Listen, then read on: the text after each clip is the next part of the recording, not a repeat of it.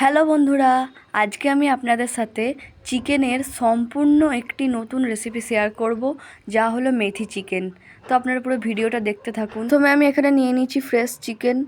এখানে আমি এর মধ্যে দিয়ে দিচ্ছি, প্রথমে আমি একটু গোলমরিচ এবং দারুচিনিকে জাস্ট হালকা ভেঙে ওর মধ্যে দিয়ে দিয়েছিলাম। তারপর লেবুর রস দিয়ে ওটা ম্যারিনেটের জন্য রেখে দিলাম 30 মিনিট। এরপর কড়াইতে সর্ষের তেল দিয়ে প্রথমে তেজপাতা দিয়ে দিলাম। তেজপাতা দেওয়ার পর এখানে আমি দেব গোটা গরম মশলা। মানে এটা গোটা ছিল, আমি হালকা করে এটাকে শুধু ভেঙে নিয়েছি।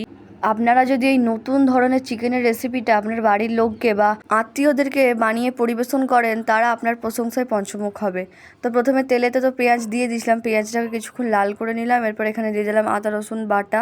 আদা রসুন বাটাটা দেওয়ার পর পেঁয়াজের সাথে এটাকে ভালোভাবে কষিয়ে নিতে হবে।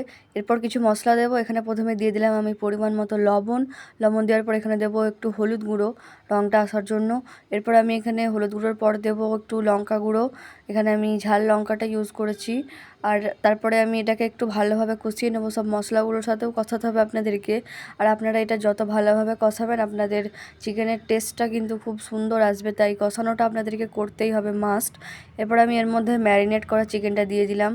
আর এটা আমি 30 মিনিটের ওপরে ম্যারিনেট করে রেখেছিলাম। যদি আপনাদের একটু তাড়া থাকে তো আপনারা 30 মিনিটের মতো ম্যারিনেট করে রাখতে পারেন।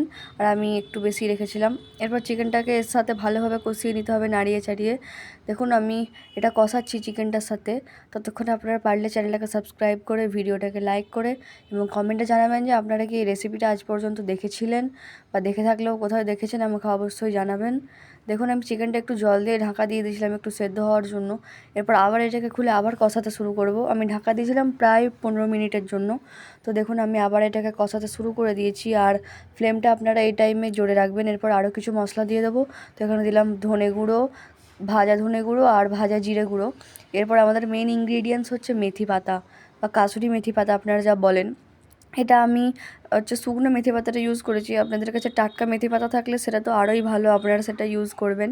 তো আমার কাছে পর্যাপ্ত ছিল না বলে আমি এটা শুকনো মেথি পাতাটা ইউজ করলাম। তবে শুকনো মেথি পাতাটা দিলেও কিন্তু টেস্টটা খুব ভালো আসবে।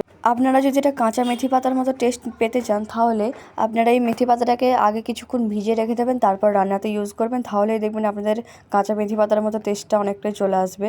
এরপর মেথি পাতাটা দিয়ে আরও ভালোভাবে এটাকে কষিয়ে নিতে হবে। দেখুন আমার তেল ছেড়ে দিয়েছে কেমন, তরকারিটা ভালোভাবে কষানো হয়েছে বলে। আপনাদেরকে এটা দেখেই বুঝতে হবে যে আপনাদের রান্নাটা ভালোভাবে হচ্ছে। এরপর দেখুন আমি জল দিয়ে দিলাম। জল দিয়ে এবার আমি এটাকে ঢাকা দিয়ে রেখে দেবো, কারণ আমার কষানো হয়ে গেছে। দেখুন আমি এবার ঢাকা দিয়ে দিলাম এটাকে। আর আপনারা এটাকে প্রায় 30-40 মিনিটের মতো কুক করে নেবেন। দেখুন আমার রান্নাটা রেডি হয়ে যাওয়ার পর আমি আরও কিছুটা মেথি পাতা এখানে দিয়ে দিলাম, যেহেতু এটা মেথি চিকেন তাই। দেখুন ঢাকা দিয়ে দিলাম এবারে। দেখুন আমার মেথি চিকেনটা রেডি হয়ে গেছে। আর দেখতে এটা কতটা সুন্দর এসেছে। এটা সম্পূর্ণ চিকেনের ইউনিক রেসিপি, যেটা আপনি যদি আপনার বাড়ির লোকেদেরকে বানিয়ে খাওয়ান, তারা আপনার রান্না খেয়ে মুগ্ধ হয়ে যাবে। দেখুন আমার মেথি চিকেনটা পুরো রেডি। এবার আমি এটাকে ভাতের সাথে পরিবেশন করব। দেখুন এটা দেখতে কত সুন্দর হয়েছে, আর কালারটা কত সুন্দর। আর ভিডিওটা যদি এখন আপনাদের ভালো লেগে থাকে, কমেন্টে আপনাদের এইটা খেতে ভালো লাগবে কি না এবং আপনি কোথা থেকে বলছেন একটু লিখে দিয়ে যাবেন। আর পারলে চ্যানেলটাকে সাবস্ক্রাইব করে দেবেন। ধন্যবাদ।